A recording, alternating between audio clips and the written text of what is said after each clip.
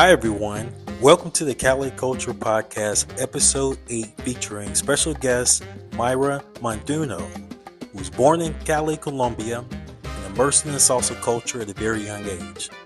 Now, Mayra currently lives in the United States. However, she loves and embraces her original Cali Colombian culture and wants to share that culture with others. So join me as I sit down with Mayra today, and she describes how she became a percussionist as well as now being considered a world-renowned salsa ambassador. So without further ado, episode 8, listen and enjoy. Welcome to the Cali Culture Podcast. This is the only podcast on the air that discusses everything about Cali, Colombia. I'm your host, Jeremy Preston, and we have a very special show for you today. You don't want to miss this one. Tune in, sit back, and relax. We got a great show. Now, what better person to be able to talk about Cali, Colombia than somebody that's actually was born there and actually was raised there and is immersed in the culture? Well, our guest was born in Cali, Colombia and spent a lot of time obviously there understanding, learning the culture, being immersed in the dance culture, and we're going to talk all about it today. Without further ado, welcome my guest, Mayra Montuno. Welcome to the show, Mayra. Hi, welcome, Jeremy. Thank you for having me. Absolutely. Thanks for being on the show. Now, we have a lot to talk about, so let's just get right into it. First off, Mayra, tell us a little bit about yourself, where you're from. Obviously, we know you were born in Colombia, in Cali, but tell us a little bit about yourself, and that process of, when, you were born and when you left Cali, Colombia, and where you currently live in the United States now. Okay. So I'm Mayra Montuno, and I was born in Cali, Colombia. And at the age of 5, my parents brought me to the United States. And we started in New Jersey. My journey began in the States in New Jersey. Up until about I was 18. And then I moved to Orlando to pursue a business management degree at the University of Central Florida. And after that, I decided to move to South Florida because I just felt that South Florida is the closest reference point I have to Cali culture, and I just fell in love with Florida overall. And, the warmth of the state, the warmth of the people, and just the ambiance. It really drew me in. I currently live in West Palm Beach, but because of the nightlife culture, I work predominantly in Miami and Broward, Miami. And so my 9 to 5 is I'm the insurance agent for property and casualty. So pretty much anything that you have, I can insure for you. And during the weekends is when I am, doing my thing, promoting salsa, promoting events. I'm currently pursuing my dream of becoming a percussionist in the salsa genre, and I'm learning to play the bongos and the cowbell and the guido. So when I'm not on stage performing and trying to spread the joy to everybody, I am doing my thing in the insurance industry. Excellent. Now, I want to talk more about that percussionist in a little while. But first, let's talk about when you actually moved to the United States. So I think you said you moved there when you were 5 initially, Yes, as a very young girl, yes, and you spent a little bit of time. Well, you spent some time, and I believe you started off in Jersey, right? In yeah, Jersey. Atlantic, New Jersey to be specific. Oh, Atlantic City. Okay. Uh, Yeah, it's cold in Jersey. Like you went from it Cali, is. Colombia to Jersey, and I know for a fact it's cold because I lived there for a little while. How Yeah, was that process of assimilating to the different weather and climate? it was rough, Jeremy. It was really rough. I've never been fond of the cold weather. I've always been, I love my sunshine. I love the Mhm. warm weather. So when we got to New Jersey, I had a really hard time with the climate. But you adjust, and when you're a kid, you don't really have much options. But I think what really helped is that for the longest time, my mom would have me study here in the States for 6 months, and then my dad was still in Colombia, so she would send me 6 months to live with him. So I kind of got my fix, for the going back to Cali and then coming back here and getting the United States portion of it. So that definitely helped a lot with acclimating to the new reality that I was living at 5 years old. So, and it wasn't just from a weather and climate standpoint that you had to adjust to. You had to adjust to a completely different culture, different people. Obviously, I've lived in Jersey before, so I know that people can be quite interesting to say the least. Shout out to all my people in Jersey.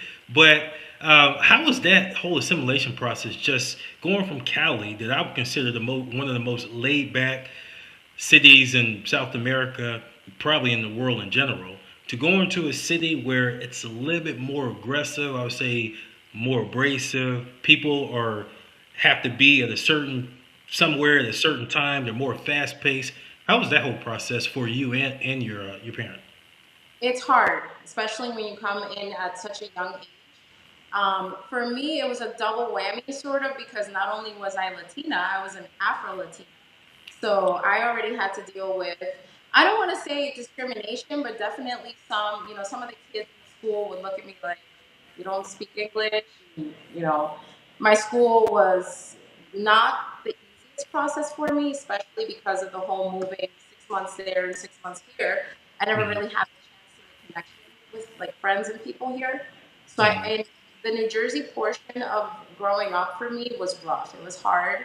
Yeah. Um, it was a moment in my life where I didn't feel like I belonged in Cali and I didn't belong in the States. So I was kind of like out in the limbo. Yeah. But I think that prepared me. It definitely prepared me for adulthood because you face a lot of that now. So I definitely accredit my growing up to how I deal with my issues now. Absolutely. And even just to dive in a little further as far as the whole assimilation process, the food is completely different. Even back then, and definitely now. United Yeah. States food, American food is completely different than food in Cali. So was it that was that a little difficult for you as well? Just the food. I mean, just getting your first burger, your first hot dog. Was that a little hard for you, or is it more like, hey, this is good food, or this is junk food, but it's good food, so I like it. Well, I think when we're kids, every kid loves, burgers and fries and hot dogs.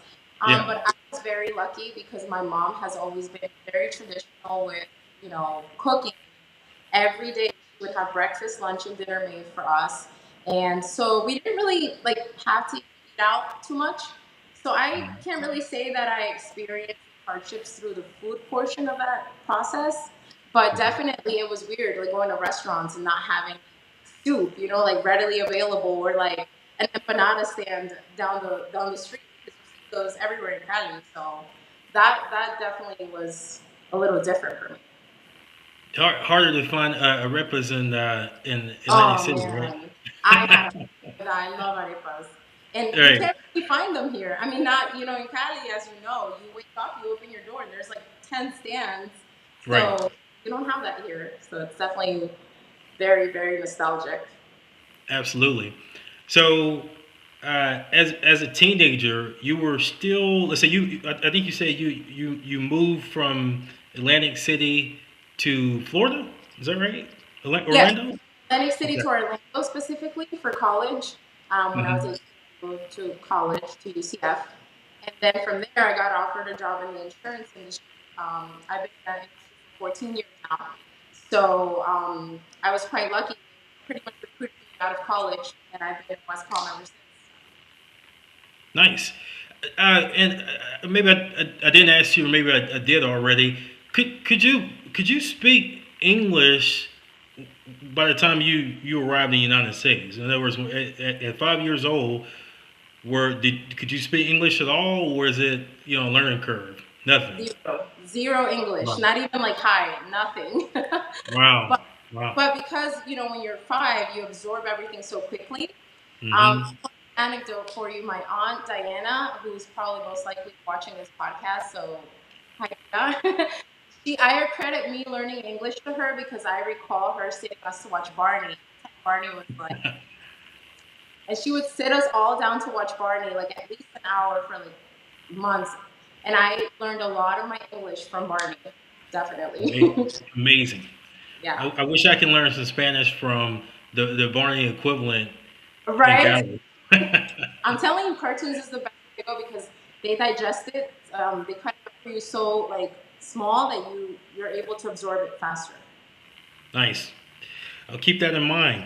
So let's fast forward to now, or at least let's fast forward to being an adult, being in the United States, and to the point where you've assimilated to the culture.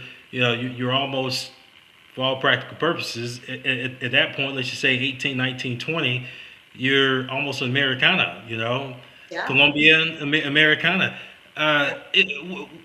Did you still miss a lot of things about Cali, or was it more like, hey, I've assimilated to the culture. I'm in American culture now. When I go back to Cali, it's to visit family or friends, but I'm essentially American. Or was it always something pushing you back to Cali, as far as the dance culture and just the culture in general there? Well, during my teenage years, I didn't miss it as much, mainly because my parents did a fantastic job keeping the tradition. So, like I said, my mom would the food, she had that down. My dad Mhm. has always been a melómano, which, as you know, in Cali culture, is like somebody who's in love with the music. He actually collects vinyl records, salsa vinyl records. So he would always have the music going in the house. And while I was inside of the house, I never felt like I wasn't in Cali. It always felt like I wasn't kind of inside the house. It's just when you step outside, you're like, oh, I'm in a different country. And by that point, I was already, what, like 14, 15. I had lost connections with my friends in Cali, so I had already made friends here. So I started to feel more here than but I definitely would go back in December, visit family, visit my grandparents, visit my aunts and uncles. So that was always nice as well. Nice, very good. So again, fast forwarding a little bit further to being a young adult, graduating from college, being in the work industry, being a full adult at that point. Um, how was living in Florida? So at this point, were from Orlando? Where did you move in? So West Palm Beach, and I've been there West since. Palm Beach. How's West Palm Beach relative to Cali in regards to nightlife, in regards to just social settings in general, in regards to people demographics? How is that relative to Cali, Colombia? Okay, so West Palm Beach is very relaxed. Um, I I spend my time here mainly for work, to be honest with you. On the weekends, I have an apartment here in Miami, and I come down here to do my thing, with the nightlife and everything. So from a Miami standpoint, it's very similar to Cali. You don't miss a lot. The only difference is obviously in Cali, it's a never ending party. You can leave one club, go to another, and you can do that all day. Here, it's like 4 or 5 a.m. You're done. You have to go home. But other than that, I think people here have done, the Latinos that are here have done a great job at maintaining that Cali culture in the salsa community. And I was just at an event yesterday, last night, a salsa concert, and I felt like I was in Cali. So people have done a great job at like translating that culture and implementing it here in Miami. Very good. And so I do know in Miami there are quite a few Colombians that live in Miami. I believe same thing for West Palm Beach in that area, right? I apologize, I missed the question. I believe in the West Palm Beach there's a growing Colombian population there as well, right? Yes, there's a lot of Colombians in West Palm Beach as well. However, Hmm. the younger generation is down here in Miami. West Ah, Palm Beach is for the retired people. People who want a more relaxed lifestyle. okay. So I always say that Caleños bring a lot of sauce to everything, to We do. parties, to nightlife, to the bar scene, to just being outside in general. The vibrancy, the energy is just unmatched. Now, I know you're in the nightlife scene. In fact, you're considered the salsa ambassador. I want to talk about that. First of all, how is Miami nightlife scene? Because it's been a while since I really partied and hung out in Miami. So, and probably 8 years ago was the last time I was in Miami. Uh, Gosh, you how? gotta. Yeah, I need to come back for sure. Um, how is Miami nightlife specifically for the salsa genre, the salsa dancing, salsa genre, the music? How is it there? It's good. It's booming. It's booming. The salsa community specifically is doing a great job at bringing, all the singers we grew up with listening, bringing them on stage, having us like be able to see them live perform. Every weekend there's an event here. If you know somebody who likes salsa, every weekend there will be an event, live music, or whether it be like the theme parties, sometimes they do the white parties, the red parties. But the community does a great job at creating a space for us so that we always have something to do related to, the night. Nice, very nice. So you're a socialite Yes, in the something like Miami that. Not by night choice, but I became one. So hey, let's run with it. in the Miami nightlife scene. Um, so just tell us a little bit about that, as far as um, just being a socialite, being in the nightlife scene in Miami. I can only compare it to I just only know Cali, Colombia. It's always something going on. People are always dancing. I'm sure you remember on the boulevard on Friday nights. It's just a party. People are having a good time. They're relaxing. They're dancing. Tell us about the Miami nightlife scene in regards to, is it the same energy? Myra, do you think it's the same energy as Cali, or um, is it more of, hey, everybody get together for a couple of hours, dance, and go home? But how's the energy there? So it's very similar. However, as the saying says in Spanish, Cali is Cali, which means Cali is Cali, and we cannot, as much as we want, replicate it. We Right. can only copy it, but we can't replicate it exactly to its full extent. Right. Um, Cali is on a whole different level. Just because the work schedules are completely different from what we have here in the states. Some people get to go home for lunch, take a nap, and then go back to work. Hmm. So I think that they have a lot more freedom with their social life and what they can do. Here it's kind of like, okay, you can go out Friday, you can go out Saturday, but then Sunday you Yeah. have to go grocery shop. You have to do laundry. You have to get the kids ready for school. So Right. definitely, ambiance wise, it's very similar, but the the amount of times that you can go out during the week here versus Cali is completely different. Cali, every day there's something to do, Yeah. and here it's like only on weekends. Yeah. That is so true. I always say that you don't need a nightclub or a party or a Right. discotheque or a bar in Cali. Just step outside and start dancing. The music's Literally, playing. They're or dancing. go to your Caleño neighbor's house and they'll throw a party. Any barbecue turns into a party. Baby shower turns into a party. Anything's a party. And that is exactly true, Myra. And I think that's what I miss about Cali. I mean, I'm in the United States right now. I'm in Augusta, Georgia, and that's what I miss about it is the the way it used to be. Even where I'm originally from, which is the state of Mississippi, I would just go to a friend's house and we do a barbecue right out the just impromptu. And Yeah. that's the way people in Cali are. It's very community oriented, and it's very spur of the moment. We're gonna have a good time. We live to have a good time. We live to work to be able to have a good time, but we don't live to work and die. And I love that particular aspect of Cali, Colombia. And I wish we had more of that in America. In all honesty, I don't know how we get back to that, but that's just Yeah, my take we on it. need better work-life balance because dancing and music altogether has become almost like a therapy. It's not even a social, Hmm. it's like a therapy. And I don't know about anybody else, but when I go out and I see people and I dance, I feel like I release all the stress from the week and I reset myself and I'm ready to tackle what's coming next. Exactly, absolutely. So you are a percussionist. I I'm would, starting to study to become a you're percussionist. starting to become a percussionist. For those viewers that don't understand or know what a percussionist is, can you describe what a percussionist is? Absolutely. So in the salsa genre, the percussion, which is there's a lot of instruments, but mainly in the salsa, and timbal, which is the drums, the conga, and the bongo, which is a smaller drum. Those three play a key element in being the backbone of the salsa music. So when you hear that, tu, tu, tu, tu, tu, that's Hmm. the percussion.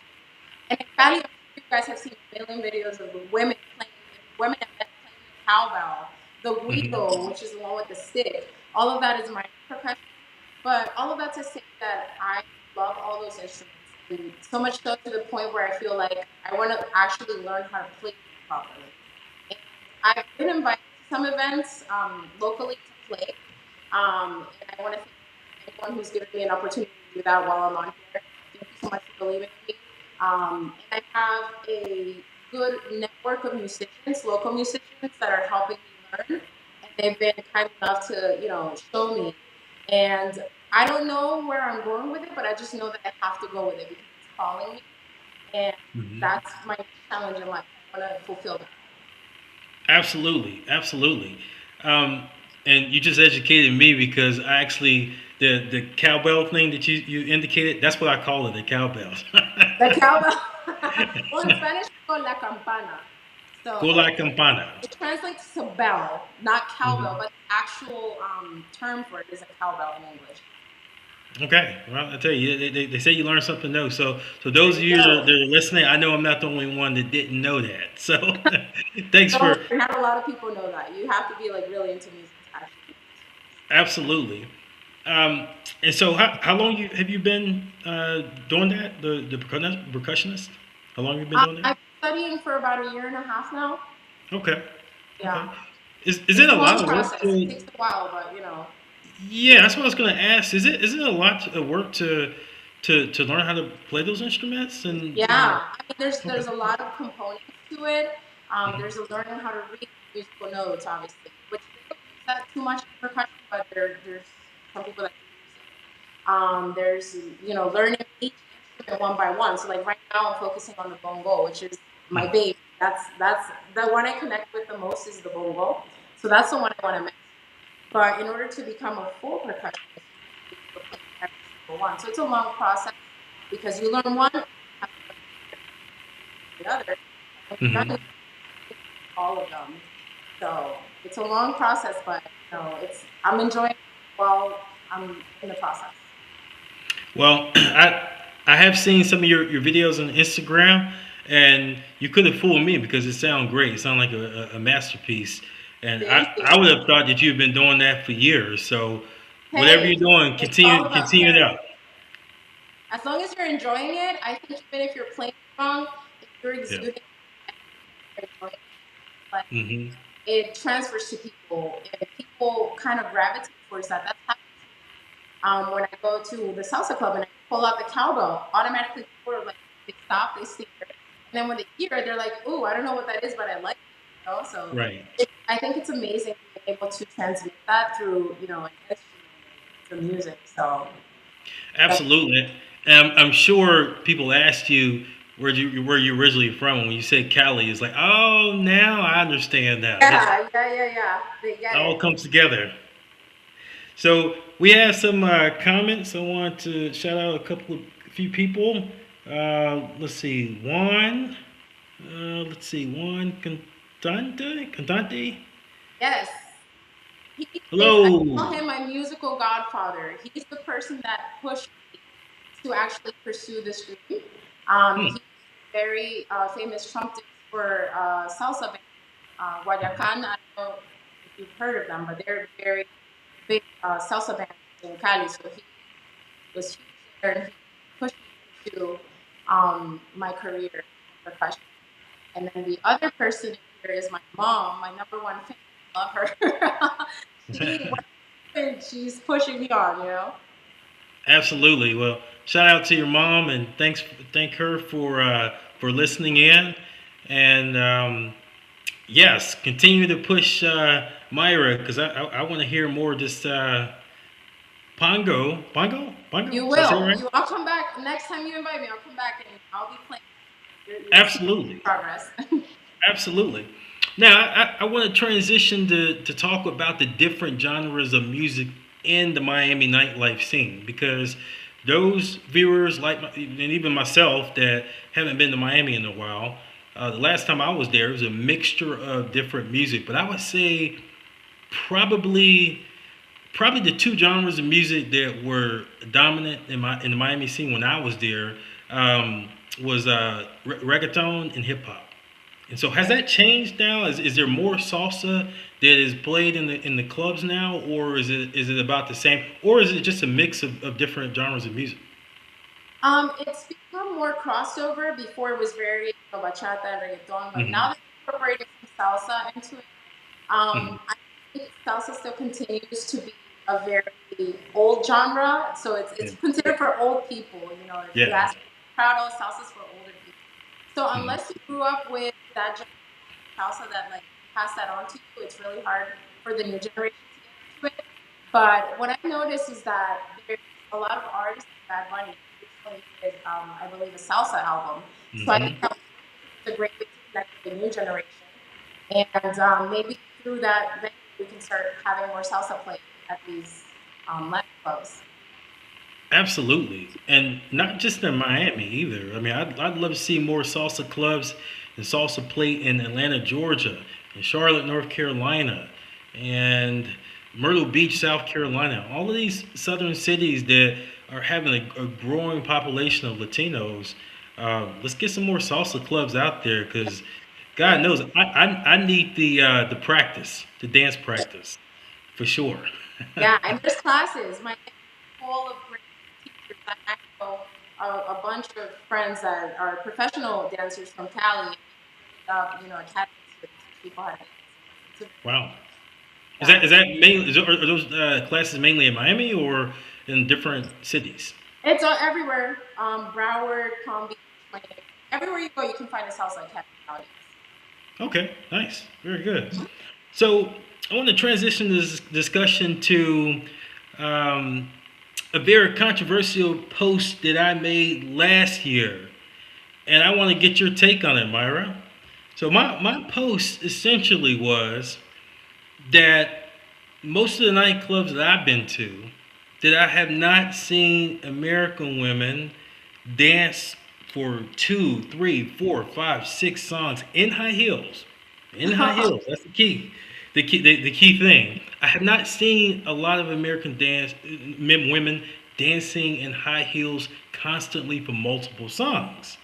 Yeah. Whereas when I go to Cali, I literally see women dancing two, three, four, five, 6 songs. In some cases, back to back, without a break, in high heels. And my observation was, I just think colonial women just know how to dance, and they just dance a lot more, and they're comfortable with high heels. I want your take on that. Was I completely wrong, or No, you're is spot that your on. observation You're as well? spot on, and I'll tell you the reason for that. I think in Cali, well, over in Colombia, women are taught from day one. You have to look proper, and you have to take care of your image. And even if you're going to the bakery to buy bread, you have to put makeup on and look proper and wear Right. heels. So we're predisposed for that since we're born. Yeah. Another component of that, Jeremy, is that I don't know about other women, but for me, when I dance salsa, it's really hard for me to dance in flats because I Hmm. feel, and as you know, in Cali culture, it's all about the footwork. Yeah. So for women, when they're wearing heels, it's really easy to pivot and turn if you're wearing heels. But if you're wearing flats, it's like you can't really dance. So even if the heels are killing you, you do not take them off. Okay? Party's over, you put your heels, you keep your heels on, you do not take them off. So I'm glad you brought that up, Myra, because I have never seen a local woman from Cali with her heels off. Because several times in America, I've seen women take their heels off and they're walking to the restroom with the heels in one hand and the purse in the other hand, or they're walking out of the club barefooted. I've seen that multiple occasions, and I'm glad you brought that up because I've never seen a Kalinga take off her heels. And you probably won't see it. It's a very faux pas. You don't do that. If you do end up taking your heels, you bring flats, but you don't ever walk around barefoot in the club or let alone carry. It's not considered very like a Filipino culture. Well, I think it's amazing. As one of my probably second observations in Cali that I noticed. Because I'm a very observant person when I go to nightclubs or discotheques, and I noticed that right off the bat. And just to take it a step further, I also noticed that Kalinas, I've never seen a Kalina slip and fall on the dance floor. Now, I'm not Oh, saying, I'm sure it's happened, but I'm saying I have never physically seen it with my own eyes. A woman, a local woman in Cali go down. I just haven't seen it. yeah, and that's partly because from day one we dance before we walk, so it's very hard for you to see that. You see that has to be somebody that has very bad coordination, but it's almost impossible to see that. We're born Yeah, dancers. yeah, and I'd say even I mean, again, I haven't been to Miami in a while, but it would be interesting to know from Miami to Cali the Colombian women here in America. Is it the same approach? In other words, no heels, all dance all night, dance even if it's hurt, if my feet hurt, is it the same? It's the same. Yep. Interesting, Yep. interesting. Mhm. So I'd like to transition the conversation to the fact that Cali gets a bad rap, as you know, in regards to safety. Right. And there's a lot of issues that happened last year, specifically domestic terrorism and bombings that happened last year, that has a lot of people that want to travel to Cali concerned. What are your thoughts on in regards to the safety in Cali? Do you think overall Cali is a safe city, um, or do you think that Cali struggles with safety and there's anything for say for travelers listening right now they want to go to Cali that there's cause for concern regarding their safety? I think anywhere you go in the world, there's going to be areas that are not so good and areas that Mhm. are better. Unfortunately, it's not a secret that out of all the cities in Colombia, Cali is the one with the higher crime rate. I think it's very important to go if you're a tourist to go with somebody that knows where you're going and to stay somewhere for tourists. There's spaces specifically designed with security for tourists and where they can feel safe. And you can still visit Cali and see the major landmarks without having to accidentally end up in the wrong side of the tracks. Absolutely, and I totally agree with you. I've been saying that for months now. That if you know anywhere can be dangerous. There's places in Miami that you don't want to go to, Right. especially if Exactly. you have jewelry on. If you have a nice watch, a nice purse. There's places you don't want to go to. You can get robbed. And it's the same thing in Cali. It's the same thing in Atlanta, Georgia. It's the same thing in New York. There's places you want to avoid, and obviously, you always want to use situational awareness. And if you do that, nine times out of ten, you'll be fine. Not to say that things can't happen, because things can happen anywhere. But Uh-huh. overall, the barrios that you should go to as a tourist, and and you'll be fine if you handle yourself the right way. Is always been my take Absolutely. on it. Yeah, you just gotta have some common sense. Exactly. Now, in regards to tourism, we know that Medellin tourism has doubled, probably even tripled over the last 5 to 10 years. And that has caused a little bit of a change in the culture. I could even remember the first time I went to Medellin and had a great time. And then 2 or 3 years later, went to Medellin and it was like, something's off about the city. It was just a little different. Just uh, the vibe was a little different. It almost felt like I was in America, like a Miami or a Fort Lauderdale. Um, is that ever a concern for you or your family that Cali could ever increase in tourism to a point where you lose some of that authenticity of the Um, culture? it, I think there is that concern, but as long as you do your due diligence in keeping the culture alive and starting from your home, I don't see why that is feasible an issue. There could be a boom in the industry in the traveling to Cali, but I don't think that we should be concerned. Help the city a lot, so hopefully that's what's Yeah, I hope I hope not. I mean, that's one of the things. Honestly, it's one of the reasons why I have this platform. Is I want to educate people on Cali culture. I mean, I feel like Cali is now my second home. So I want to educate people on Cali culture, but I also want them to understand that they come to Cali correct as well. And what I mean by that is understand the culture, embrace the culture, respect it, and don't try to change it for your own culture. Cali has its own unique, distinct exactly. culture, and don't try to change that. Either be happy with it, or um, there's other cities that are more Americanized, if that's a word, Exactly. that you can visit in Colombia and have a great time. So it is a little bit of a concern for me, but I think now I've concluded that the infrastructure in Cali and the fact that the salsa dance culture is so um, fervent, I don't think that will ever change. And as long as that doesn't change, I don't see tourism being to a point where it's like Medellin or Cartagena. I agree. Yeah. Now, obviously, Cali's your birthplace, um, and uh, do you ever think that you would want to live in Cali, Colombia again, or is like no, America's my home.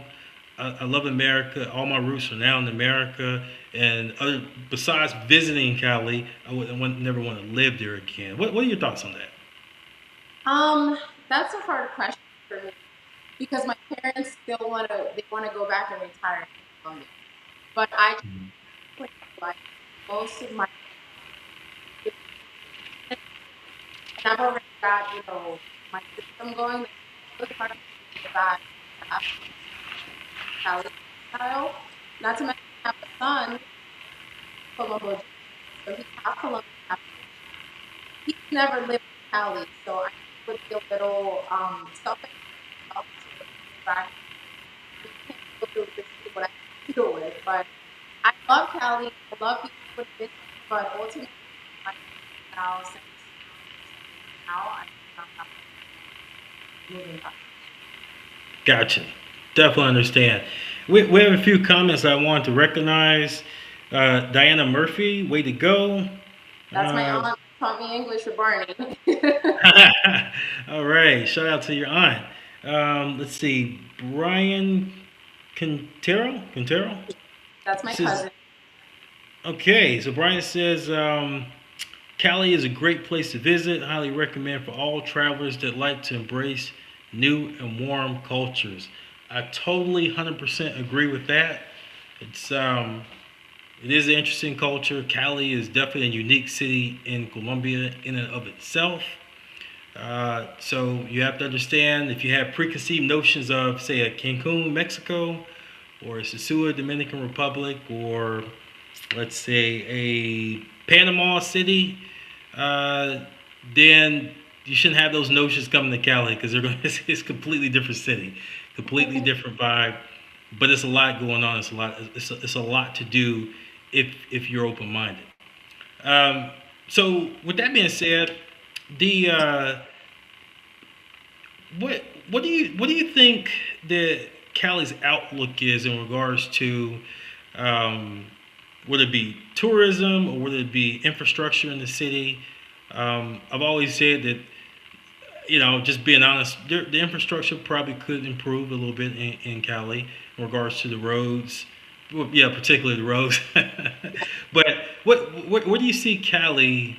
Now, I know obviously you don't live there. You live in America now. But where do you see Cali in 5 years, 5 to 10 years? You think it's going to change for an improvement, or uh, any infrastructure improvements could potentially impact the city, whether it be negative or positive? I What are think, your thoughts? yeah, I think it definitely has a lot of room for improvement. Like you said, the infrastructure, the transportation, the roads, the crime rate. But I think all of that trickles down from politics. Hmm. from the very top, it's going to be really hard for us to move past all the challenges that we have in regards to this. Yeah, absolutely. But it's definitely possible. We just need to get people that actually care about the city to get moving, you know? It's true. It's true. I mean that's something similar to like a lot of the American cities. I know like where I grew up in Mississippi, the roads are terrible because like you said, whether it be the politicians or there's a lot of money that comes into the city, but where does that money go to? Exactly. It's Yeah. probably not allocated where it needs to be. Obviously, you see that in the infrastructure. So yeah, that's a common thing here in America as well. Now I want to go back to talking about you being a socialite and being really heavy into the nightlife in Miami. Uh, one of your one of your I'd say monikers or names or terms that people call you is the salsa ambassador. And Yes. how did you get that moniker that name? How did you get that? So it's actually a really interesting story, Jeremy. During the COVID pandemic, the, as you know, everything shut down, the clubs, everything. So the DJs, what they would do is they would go on Facebook and they would post like DJ sessions. And everybody at home would just tune in, like we're doing here with the chat. Everybody would start chatting. A lot of people met during the time through that chat feature. We all went through this together. That eventually we all made a pact that we would all meet in person once the quarantine was lifted, and we did. And we would joke around in the chat and say, "Oh, I'm here at table 8. Oh, I'm here sitting at table 7." So my group of friends that would always go on there, we call ourselves La Mesa Ocho, which is table 8. Sure enough, when we finally got the quarantine lifted, out to the club, we all met in person. Had at a baptized La Mesa Ocho. And I was kind of my cousin, who's also in this chat, Brian.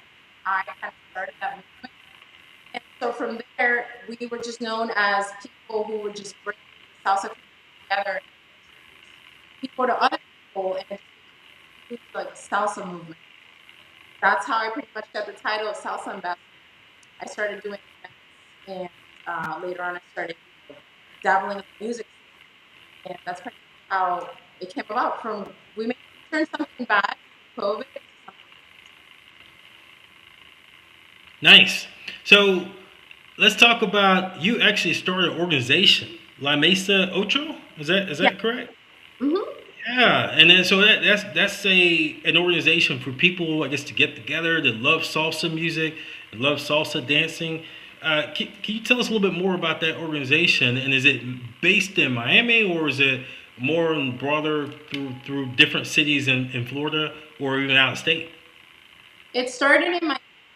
We have done events in New York. We've done events in Chicago. We've done events in Houston, and it became a nationwide thing. People have college and over my. And so when we would go do the events at other states, other people would just sit with us. And that was the thing. Like all you need to do to join the group is sit with us and just meet new people, and you're a member. So it just became that. It was a very low key thing.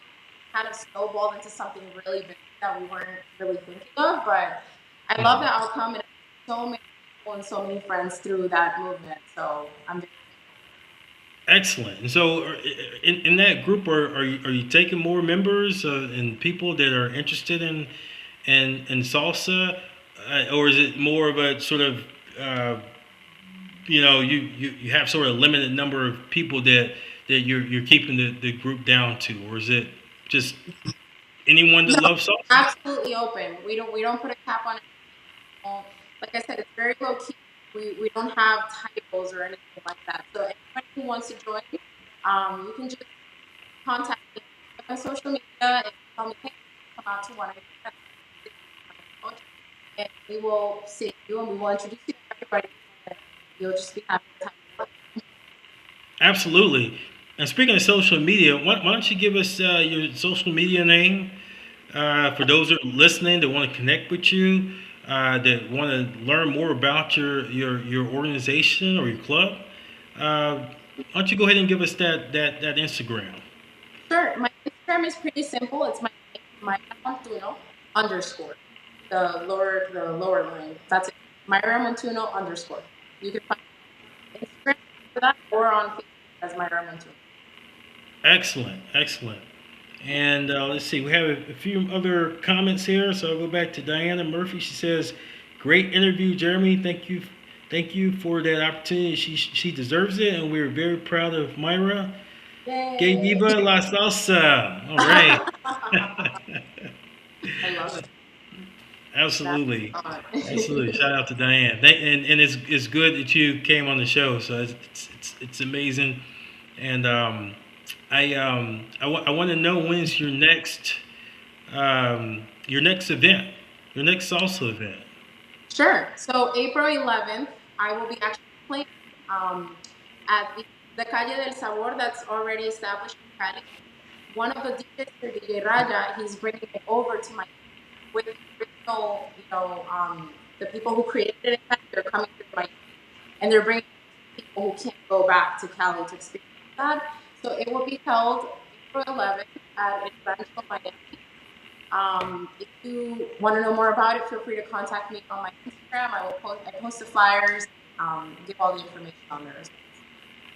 Right, and we have your Instagram on the screen there. So please, ladies and gentlemen, that are listening, if you want to talk to the salsa ambassador, she'd be more than happy to talk to you. She's got events that are coming up. April 11th is going to be the next event. So you don't have an excuse. Mark it on your calendar. Connect with Myra, and you're gonna have a good time. You can improve your salsa if you're like me, like I need to do. So eventually, I might make that trip and come down to one of your events as well, Myra. Yes, we would love to have you, Jeremy. Come visit. Absolutely, absolutely. Well, we've reached our time on the interview today, but I always allow my guests to give the final statements, the final words, and that could be in regards to the Cali culture or what you do in regards to the Miami nightlife, or however you want to close our episode, Myra. I'll let you do that, and if you want to do it in Spanish or English, that's totally up to you as well. So the floor Okay. is yours. Well, I actually love that I get to do this in English because I do this in Spanish all the time. And I'm never able to reach that market that doesn't speak Spanish. So this is great.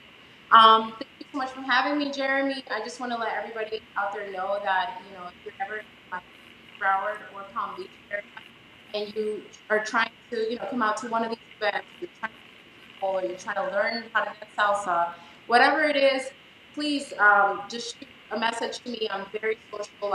I'm very accommodating. I will be the best tour guide you can have. Absolutely. And thank you very much again, Myra, for coming on the show. You've been an excellent guest. We'll definitely have to have you on again on the show, and maybe you have to bring those instruments as well. And you give us a Yeah, little next time sample I'll put a whole concert. performance on here for you guys. Absolutely, absolutely. So thank you very much, and take care. And to Thanks, Jeremy. everyone that listened, we appreciate your support.